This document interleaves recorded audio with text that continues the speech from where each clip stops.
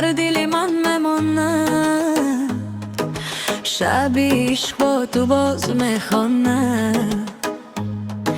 چشمانی تو مثل ستاره های دور، روشن کند راه من پر از نور.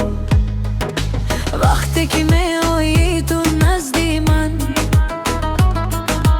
گل میکند دل در باغ زمان. آوازی تو مثل نسیمی بهار، میبرد مرا به دنیای خراب. من و تو تنها در این شبی آرام، دست در دست به غم و به کلام. آرزوی تو آرزوی من در دل ماند تو ابدا. ای محبت ای نوریوان، با تو زیباست این جهان. آرزوی تو آرزوی من مثل سرود در آسمان. تو نفس است در سینم، دست میدارم همیشه تو رو من.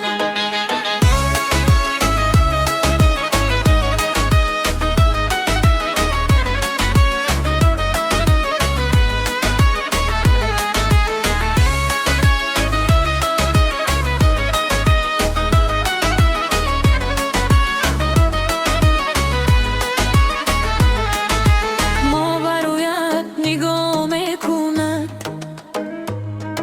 شب از عشق ما قصه میکند. هر لحظه با تو شیرین تر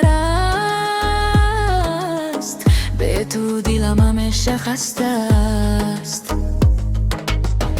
اگر باران بارد از آسمان، تو باشی همراه من هر زمان. اگر باد آید از راهی دور، محبتی ما میماند پر نور.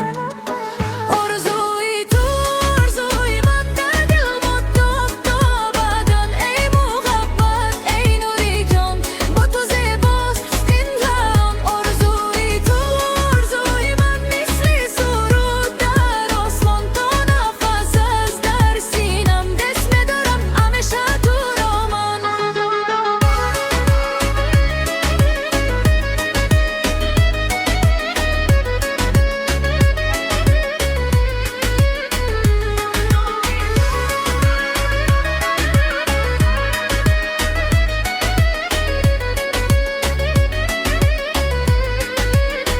تو ابدا.